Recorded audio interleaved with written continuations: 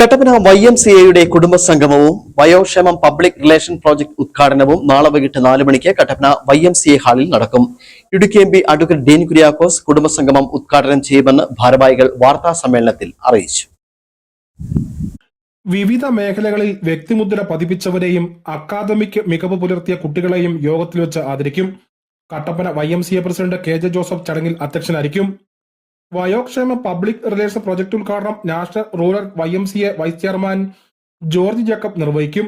2026-27 വർഷത്തെ കട്ടപ്പന YMCA ഭാരവാഹികളുടെ പ്രതിഷ്ഠാ ശുശ്രൂഷയ്ക്ക് national social responsibility committee chairman advocate Prakash P. Thomas നേതൃത്വം നൽകും. 2026-27 വർഷത്തെ പ്രസിഡന്റായി സൽജു ജോസഫ് ചുമതലയേൽക്കും.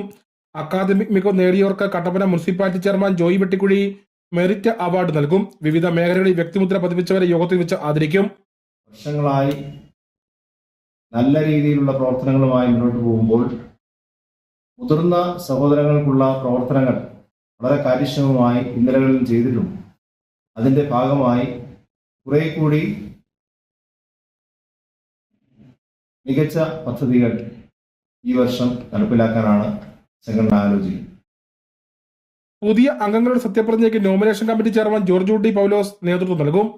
National social responsibility resource mobilisation committee executive member UC Thomas, reverend Satheesh Wilson, reverend father Jithin Varghese, Shemin MP, PD Thomas, Tommy Philip എന്നിവർ സംസാരിക്കും.